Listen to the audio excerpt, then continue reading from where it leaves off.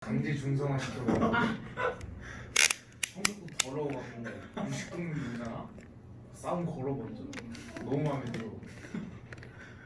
그 가끔 그냥 뒤지면서 명예롭게 죽는 거지. 자, 한번 해볼까?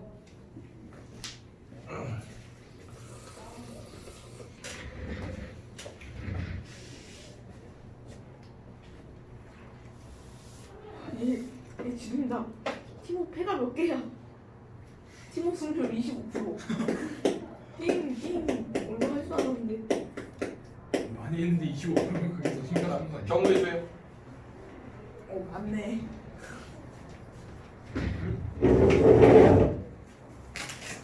중학교 2학년 과정에 나왔던 확률 통계, 확률과 확률이라는 상황에서 들었던 이야기들이 그대로 다시 한번 나오게 됩니다.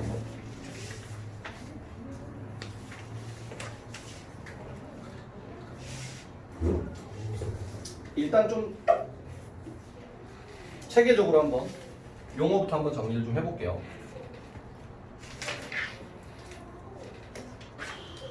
자, 중학교 때 우리가 공부했던 익숙한 상황들 뭐예요? 예를 들어서 동전 3개를 동시에 던질 때 3개 모두 앞면이 나오는 경우는 몇 가지입니까? 뭐 이런 것들이죠. 그치? 예전에는 배울 때 어떤 상황으로 배웠냐면 그냥 그렇게 어떤 구체적인 상황을 통해서 경우의 수를 구하라 이렇게 했다라고 하면 이제는 그런 구체적인 상황들 말고 가장 일반적인 개념을 가지고 조금 더 자세하게 들어가는 상황으로 갈게요. 그래서 우리가 이제 경우의 수를 공부할 때는 첫 번째 용어가 등장을 하게 되는데 그 용어에서 자, 시행이라는 용어가 나와요. 시행. 시행은 뭐예요? 말 그대로 시행한다. 액션이죠. 그러니까 우리가 실험이나 또는 관찰 같은 액션을 시행이라고 생각을 하시면 되고 예를 들어서 주사위를 던진다 이런 것들을 우리가 시행이라고 해요. 자, 그러면 시행을 통해서 일어나는 다양한 상황들이 있을 거 아니야. 그러니까 물론 정해야죠. 약속을 해야지. 자, 주사위를 던진다 라고 해서 우리가 궁금한 상황들이 있을 거란 말이야. 그치? 그러니까 주사위를 던졌을 때 펼쳐질 수 있는 다양한 상황들이 있을 거 아니야. 그걸 우리가 뭐라고 하냐면 사건이라고 해요. 사건은 시행의 결과라고 하죠. 시행을 통해서 일어난 다양한 상황들인 거고 예를 들어서 주사위를 던지는 시행에서는 나올 수 있는 사건은 약속하기 나름이죠. 자, 짝수의 눈이 나오는 사건, 홀수가 나오는 사건, 3의 배수의 눈이 나오는 사건 이런 것들을 전부 다 우리가 사건이라고 합니다. 그럼 경우의 수는 뭘까요? 바로 이와 같이 우리가 주목하는 사건, 우리가 이 주목하는 사건이 일어나는 가지수를 경우의 수다라고 이야기를 한다 생각하시면 돼요. 그러면 일단 여러분들은 이 경우의 수 파트를 공부할 때 첫 번째 신경 써야 되는 건 뭐야? 어떤 액션이냐? 어떤 액션을 할 것이냐? 주사위를 던질 것이냐? 오케이? 아니면 동전을 던질 것이냐? 주머니에서 공을 꺼낼 것이냐? 어떤 액션을 하느냐? 이게 중요하고 그 액션에서 일어나는 다양한 상황들을 우리가 사건이라고 하는 거고 거기에서의 가지수를 구하면 그게 경우의 수야. 근데 보통은 프리한 사건은 아니고 상당히 제한된 조건들이 많이 들어가요. 제한된 조건들이. 그래서 이제 그것들을 우리가 해결하는 방법을 지금 이 시간에 배운다라고 생각을 하시면 되는 거야. 자, 그러면 어쨌든 간에 경우의 수라는 건 이 사건의 가지수야. 그럼 경우의 수는 직접 구하는 수밖에 없지. 몇 가지가 일어나는지. 그러니까 경우의 수의 가장 일반적인 해법은 뭔지 아니? 직접 세는 거야. 직접 세는 거. 그런데 직접 셀 때 우리가 주의할 게 뭐냐면 빠진 게 있으면 안 돼. 빠짐없이. 빠진 게 있으면 안 돼. 또 겹치는 게 이제 복잡한 사건들이면 복잡한 상황일 때는 중복되는 거, 겹치는 게 있을 수가 있어. 중복되지 않게, 빠짐없이 중복되지 않게 직접 센다. 요게 경우의 수의 가장 일반적인 방식이에요. 알겠죠? 빠짐없이 중복되지 않게 직접 세셔야 되는 거야. 알았니? 그러면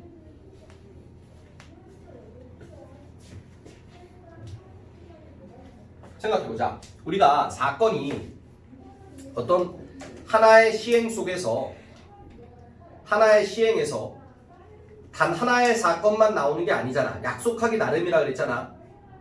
맞죠? 주사위 하나를 던집니다.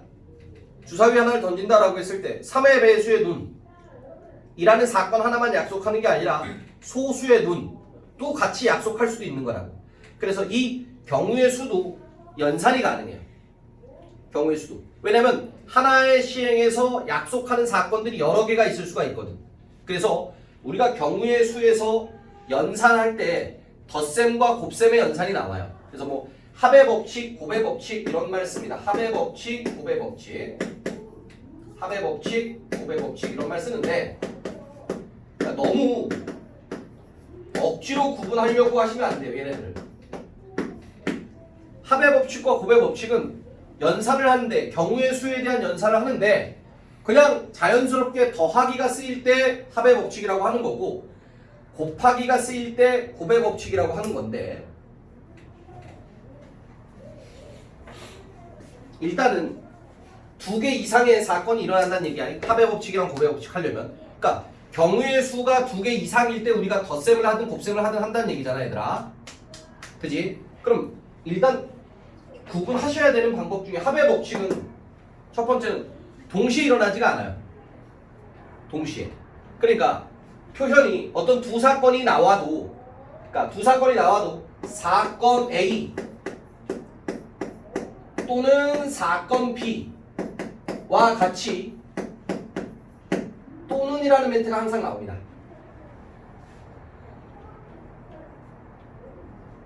그래서 또는이라는 멘트가 나오면 덧셈을 해주시면 되는 거야. 알겠지? 또는이라는 멘트가 나오면 덧셈을 해주시면 된다고. 주사위를 던질 때 3의 약수 또는 짝수의 경우의 수는 몇 가지냐 물어보면 3의 약수라는 사건 따로 하나 있는 거고 짝수라는 사건 따로 있잖아. 3의 약수만 나와도 상관없어. 근데 또는이기 때문에 우리가 수학에서 또는 복수라 그랬지. 복수라 그랬어요. 그래서 3의 약수면 1과 3이 있고 또는 짝수면 2, 4, 6이 있기 때문에 얘네들 합쳐버린 총 5가지 경우가 나오게 된다. 알겠지? 그래서 조금 더 깊이 들어가면 여러분들이 덧셈과 곱셈을 구분하는 방법 중에 사건은 똑같이 두 개가 나와.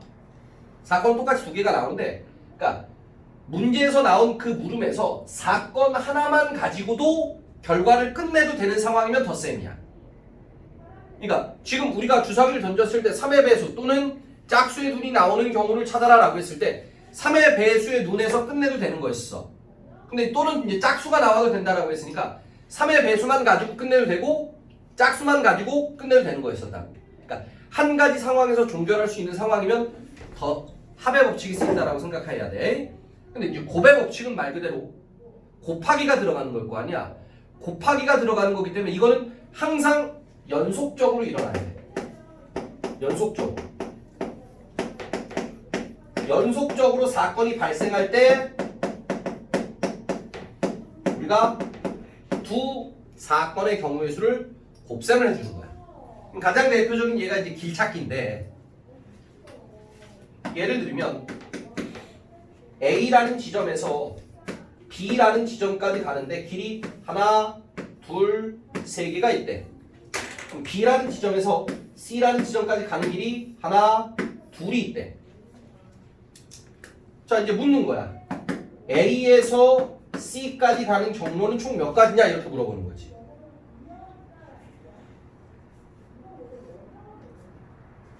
무슨 말인지 알겠지? 그럼 여기서 보시면 알겠지만 A에서 C까지 가야 되니까 사건은 A에서 B까지 가는 사건과 B에서 C까지 가는 사건으로 나뉘어졌는데 A에서 C까지 연속적으로 일어나줘야 되기 때문에 A에서 B로 가는 사건 3가지에다가 경우의 수, 또 B에서 C로 가는 사건 2가지가 더하기가 아니라 뭐겠어요? 곱하기로 나와야 된다라는 얘기겠지. 요게 뭐라고? 곱의 법칙. 요게 곱의 법칙.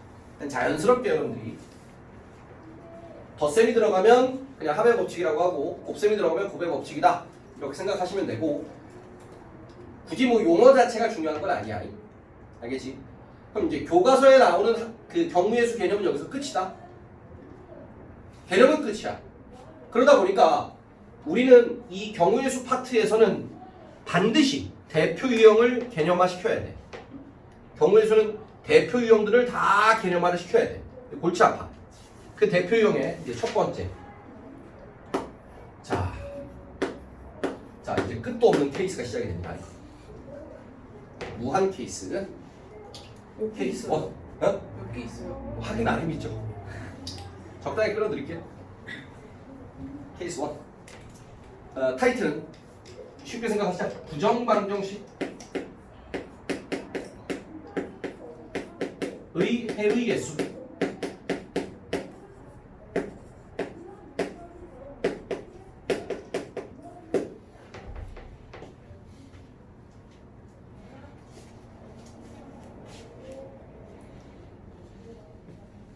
자, 부정방정식의 해의 개수. 일단 부정방정식은 뭐예요? 해가 무수히 많은 방정식이지. 그러다 보니까 반드시 해에 대한, 근에 대한 조건을 꼭 명시를 합니다. 맞죠? 그래서 간단한 예로는 x 더하기 2y는 자 6이래요.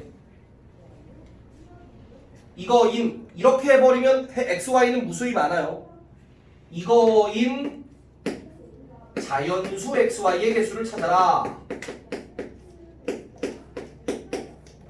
이런 경우가 되겠죠.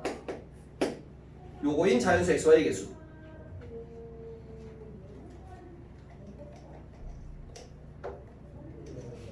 이래 버리면 일일이 하나씩 해야 되는 거야. 알겠지? 요건 간단한 예잖아, 얘들아. 간단한 예야. 근데 요거보다 더 복잡하게끔 문자가 3개가 나올 수도 있고 그 다음에 숫자가 커질 수도 있는 거야. 그럴 때 우리가 보통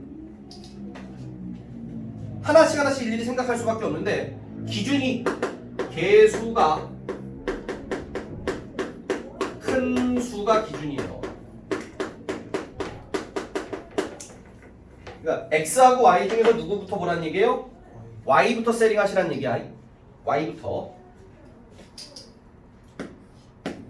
지금 이 경우의 수는 우리 스무기 성향에 맞나 모르겠네. 자, y부터 세링합니다. 자연수예요. y에다 1 집어넣었을 때 x는 4가 되고요. y에다 2 집어넣었을 때 x는 2가 되고요. y가 3이면 없죠. 끝이에요. 간단한 예 하나 들어봤어요. 됐니? 두 번째.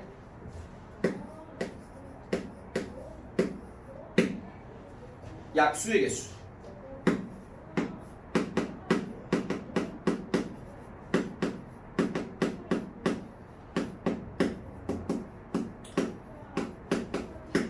이번에 동북에서 이 약수 개수 가지고 아마 조금 꼬아놓은 문제가 나올 것 같은 느낌도 드는데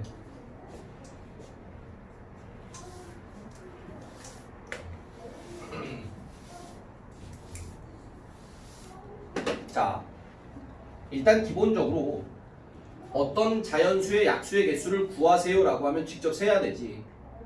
직접 세야 되는데 요 약수의 개수도 그래서 경우의 수 파트예요. 직접 세는 거라서. 하지만 우리가 조금 더 똘똘하게 가죠. 그죠? 약수의 개수 나오면 어떤 자연수 n의 약수의 개수를 구하세요 라고 하면 여러분들은 얘를 뭘 하니? 소인수분해. 기억나시죠? 소인수분해 2의 알파승 3의 베타승 뭐 계속 있으면 계속 쓰는 거지. 5의 감마승 뭐 7의 베타승 계속 쓰는 거야. 썼을 때 약수 개수는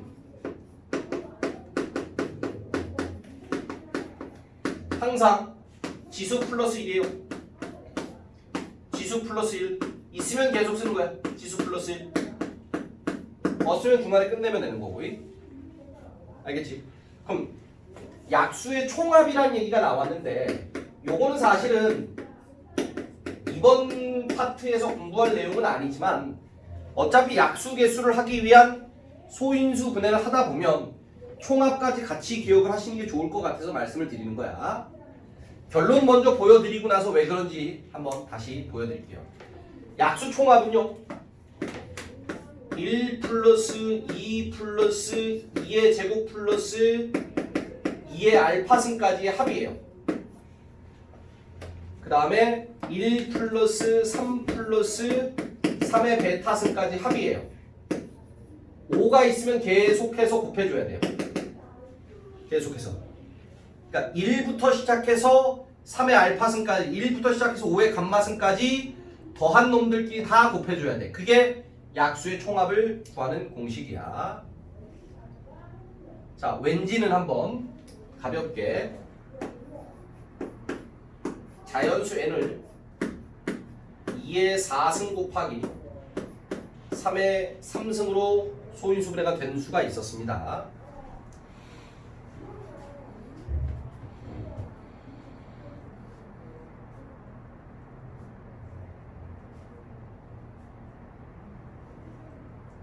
됐어요?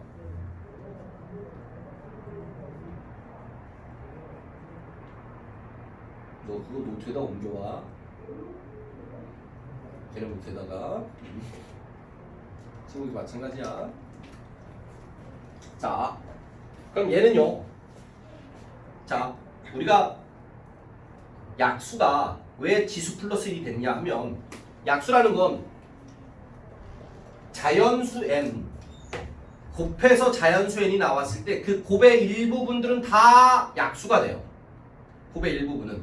그래서 자연수 n의 약수를 구할 때 자, 1, 2, 2의 제곱, 2의 세제곱, 2의 4제곱, 1, 3, 3의 제곱, 3의 세제곱 이런 표를 그릴 수가 있는데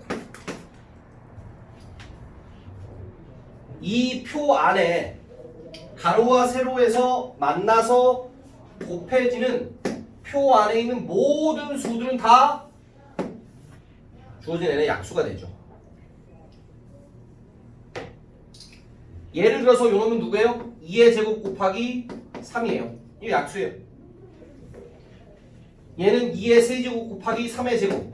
얘도 약수가 되죠. 그러니까 이 네모 박스 안에 들어간 놈들이 다 약수가 된다라는 얘기야. 그렇죠?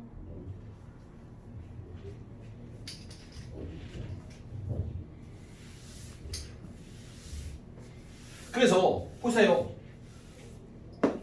왜 지수 플러스 1이에요? 항상 1은 모든 수의 약수라서 그렇죠. 그러니까 2의 4승에서 끝나는 게 아니라 요 1 때문에 한 개 더 5칸이 있죠, 가로가. 괜찮아요? 가로 5칸에 세로 4칸.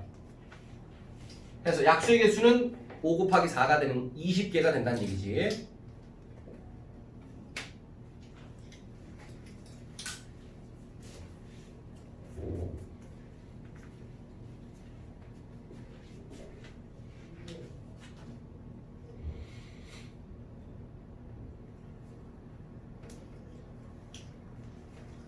괜찮니? 총합은 여기 박스 안에 있는 걸 다 넣어야 되거든? 다 넣어야 되잖아. 그러면 생각해보자.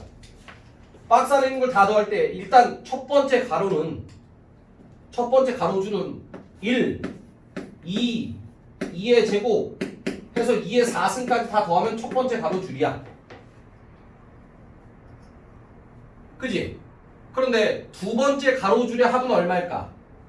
를 보시면 두 번째 가로줄은요 전부 다 1 곱하기 3, 2 곱하기 3, 2의 제곱 곱하기 3 이런 분들을 다 더해야 되잖아.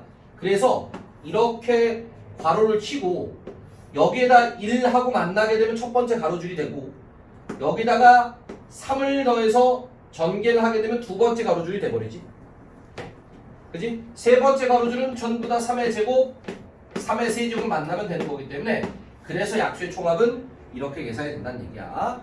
그래서 약수 얘기 나오면 저 박스를 그릴 줄 아셔야 돼요.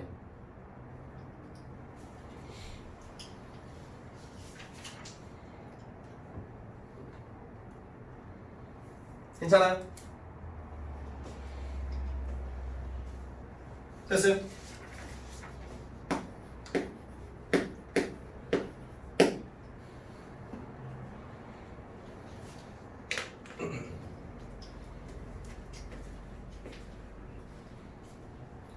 세 번째 케이스. 화폐 지불 방법과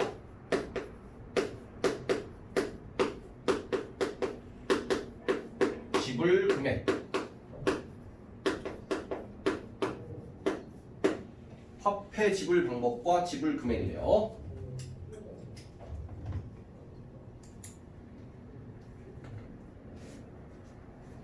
자, 그냥 편하게 생각하세요. 보십시다. 예를 들어서 우리는 100원짜리 3개를 가지고 있고요. 500원짜리도 3개를 가지고 있고 1000원짜리는 2장을 가지고 있어요. 이렇게 돈을 가지고 있는데 이 가지고 있는 돈에 요놈의 가지고 있는 돈의 일부 또는 전부를 사용하여 지불할 수 있는 지불 방법은 몇 가지 있습니까? 물어보는 거야. 돈을 지불할 수 있는 방법이래. 뭐 문제는 그냥 그렇게 만들 수 있지. 뭐 100원짜리 3개, 500원짜리 3개, 1000원짜리 2장 가지고 윤재호한테 용돈을 준다. 용돈을 줄 수 있는 방법은 총 몇 가지냐? 뭐 이런 식으로 만들 수가 있다는 얘기야. 알겠지? 그러면 자, 문제는 100원짜리만 가지고 있는 게 아니라 500원, 1000원짜리도 가지고 있다는 걸 기억하셔야 되는 거야. 자, 100원짜리 3개 가지고 지불할 수 있는 방법은 몇 가지일까? 자, 100원 줄 수도 있고 200원 줄 수도 있고 300원 줄 수도 있고 0원도 줄 수가 있겠지. 몇 가지야? 4가지겠지. 500원 가지고 지불할 수 있는 방법도 역시나 4가지겠지. 안 주는 경우 있으니까. 아니 1000원 가지고 지불할 수 있는 방법은 3가지가 있겠지. 그렇지? 그래서 각각의 가지고 있는 이 화폐 100원짜리 3개인데 거기다가 안 주는 경우 때문에 더하기 1 해주셔야 되고 500원짜리 역시나 가지고 있는 화폐 3가지에다가 더하기 1 해주셔야 되고 1000원짜리는 2가지에다가 더하기 1 해주시는 거야. 자, 그런데 연속해서 일어나는 거니까 곱하기겠지. 각각에 대해서 100원짜리 각각에 대해서 500원짜리 각각이 연결되니까 그렇지. 그런데 이제 여기서 요 어떤 거? 요 1의 상황은 뭐야? 안 주는 상황이지. 그러니까 어떻게 해야 돼? 마이너스 1. 아예 안 주는 건 제외를 하는 거야. 안 주는 경우는 제외한다라고 꼭 문제 속에서 등장을 해. 그래서 이게 지불 방법이야. 돈 줄 수 있는 방법이란 얘기야. 이 방법. 헷갈리면 안 돼. 지금 선생님이 여러분들한테 지불 방법과 금액이라고 분명히 얘기했어요. 방법과 금액이야. 그러면 똑같은 돈을 가지고 화폐를 지불할 수 있는 지불 금액은 얼마일까요? 지불 금액. 여기서 이제 어떤 상황이 생겨요? 아까 우리가 처음에 말씀드렸던 지워버렸네. 경우의 수는 빠짐없이 또 그 다음 멘트가 뭐였죠? 중복되지 않게 라고 했거든. 맞아요? 자, 우리가 예를 들어서 1200원이라는 금액을 지불할 때 100원짜리 2개랑 500원짜리 두 개로 지불하는 방법과 100원짜리 두 개랑 1000원짜리 하나로 지불하는 방법은 다른 경우지. 다른 경우지. 하지만 금액은 어때? 겹치지. 중복되는 상황이란 말이지. 그럼 그걸 우리가 고려를 해야 돼. 어떻게 할까요? 그죠? 바로 이럴 때 우리가 지불 금액 같은 경우는 중복된 금액이 있을 때는요.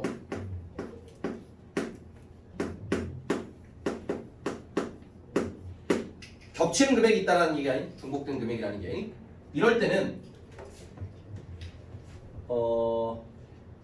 그냥 바꿔주시면 돼요.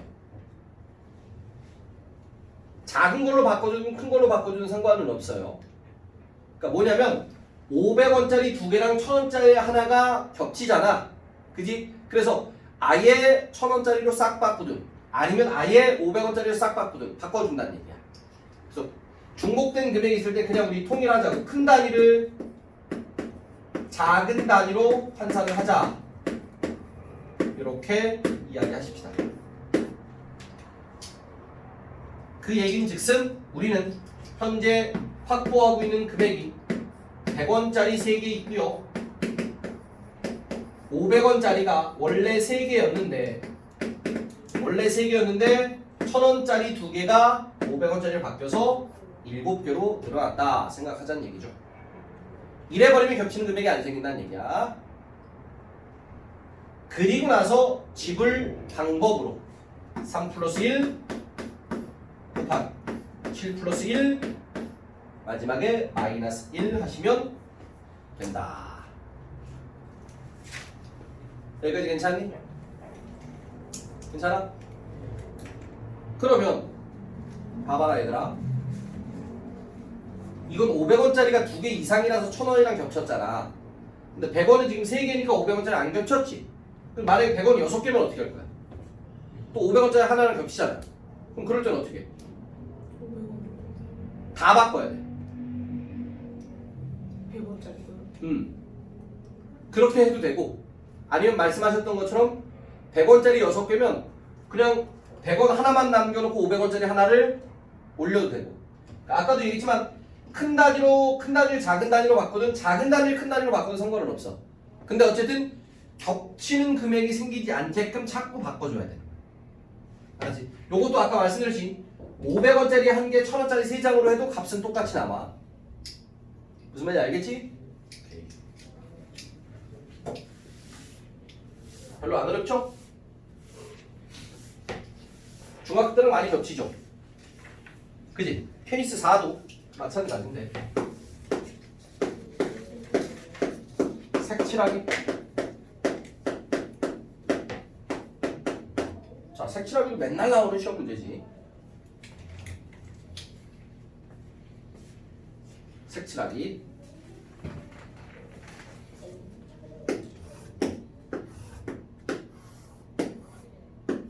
자, 이런 거 기억나세요? 이렇게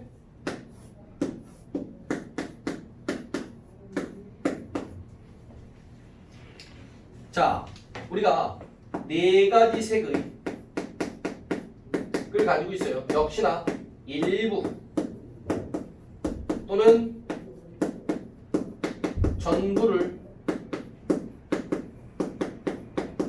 사용하여 색을 칠할 건데 당연한 얘기겠지만 이웃한 부분은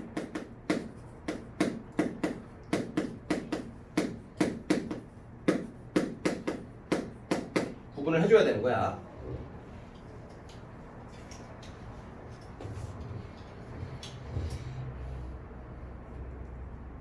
B하고 C는 다른 색깔로 칠해야 된다는 얘기죠.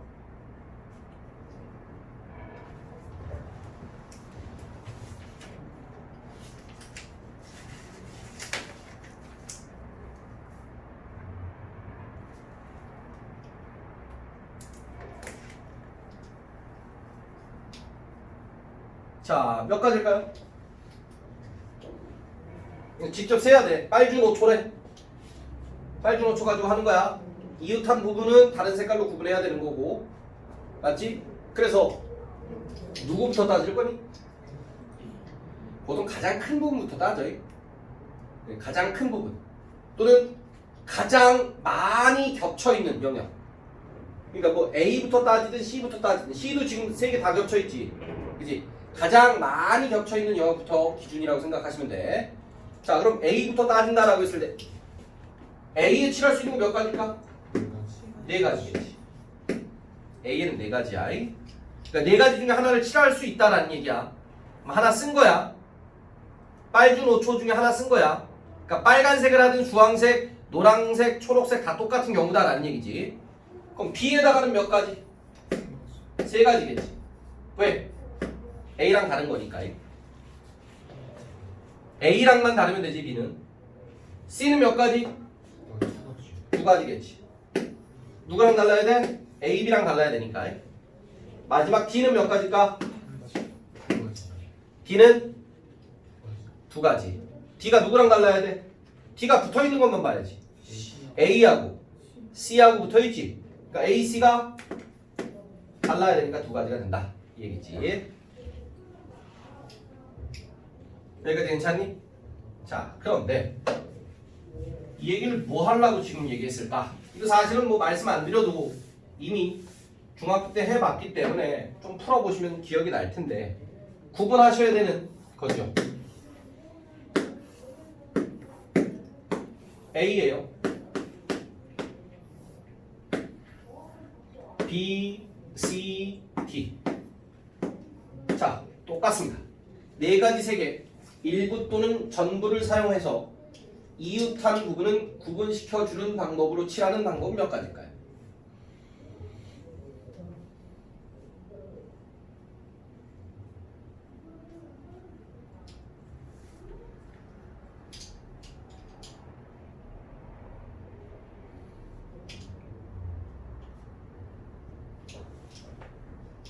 예외적인 문제입니다. 그래서 여러분들이 기억할 건 지금 바로 요 유형이에요.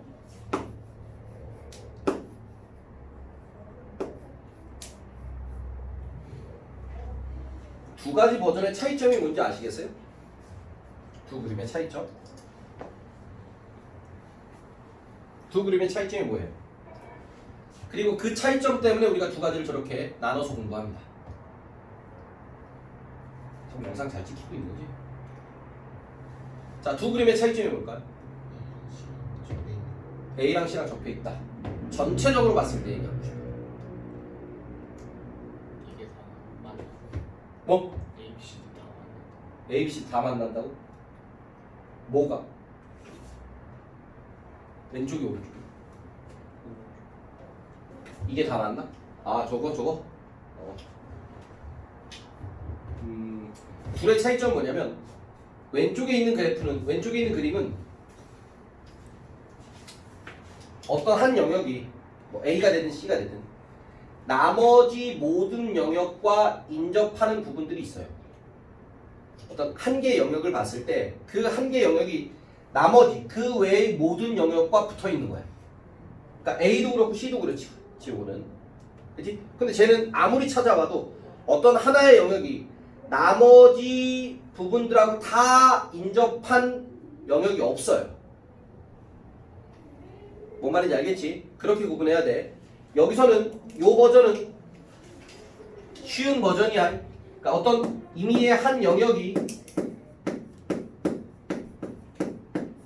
그 외의 나머지 모든 영역과 인접하고 있다고요.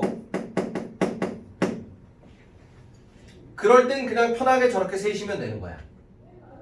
알겠지? 근데 그런 영역이 없는 상황에 갔을 때는요. 자, 우리가 어떻게 해주냐? 떨어져 있는 두 영역을 나눠요. 그러니까 떨어져 있는 두 영역이라는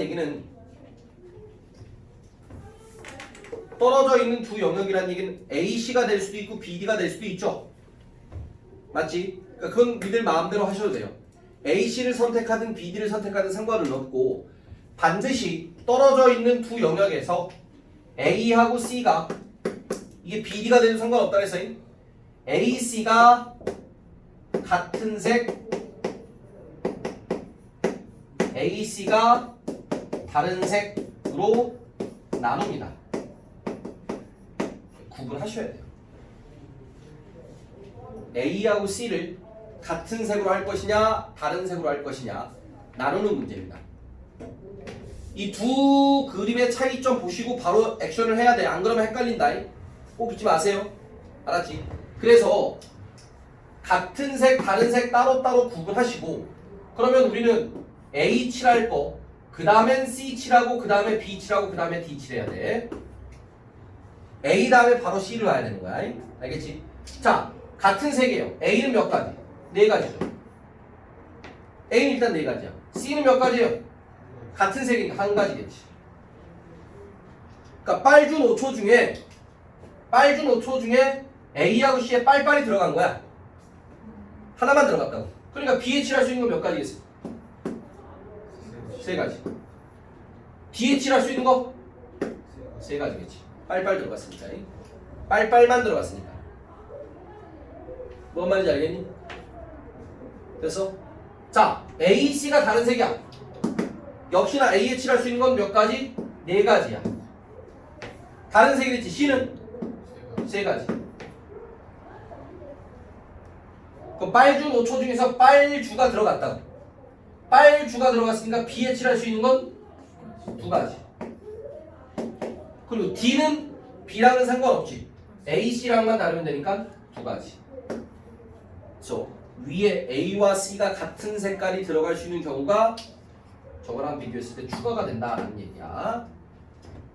알겠지? 무슨 말인지 꼭 기억하셔야 돼. 자, 요 그림 잊어버리시면 안 돼요. 자, 한 영역이 그 외의 나머지 모든 영역과 인접한 부분이 있으면 그냥 쉽게 가시면 돼. 알았지? 그러지 않을 때는 이렇게 같은 색 다른 색 떨어져 있는 부분에 대한 같은 색 다른 색. 이 말로 어떻게 쓰기가 애매해서 선생님이 그냥 요거는 쓰기가 편한데 이거는 뭐 한 영역이 그 외의 나머지 모든 영역과 인접한 부분이 없을 때 라고 쓰는 게 너무 조잡한 것 같아서 그냥 안 썼어. 알았지? 자, 그랬을 때 떨어져 있는 두 영역에 같은 색 다른 색 나누는 거 잊지 마세요. 꼭 잊지 마. 케이스 4 색칠하겠습니다. 쉽죠? 아닌가요?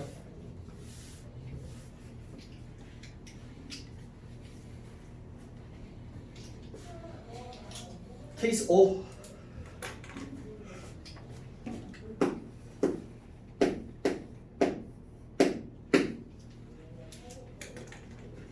뭘 쓸까요? 케이스 5를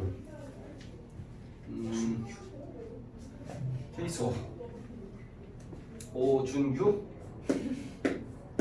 사전식 나열법 쓸까요?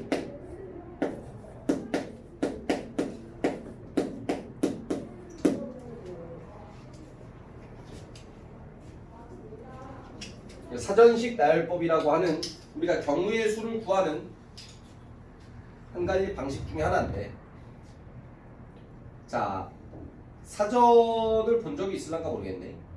만약 영어 사전이라고 하면 제일 먼저 쓰인 게 뭐예요? A부터죠. 항상 알파벳 순서지. 그러니까 글자 수가 여러 개가 있다고 하더라도 순서는 알파벳 A, B, C, D, E 순서란 말이야. 그러니까 사전식으로 나열하라라는 얘기는 그렇게 어떤 일관된 기준을 가지고 직접 나열해서 세워줘라 이렇게 생각하시면 되는 거야. 뭔 말인지 알겠니? 자, 이 얘기예요. 우리가 5장의 카드가 있어요. A, B, C, D, E라고 하는 5장의 카드를 가지고 있었어. 얘를 뭘로 나열할 거야? 사전식으로 나열할 때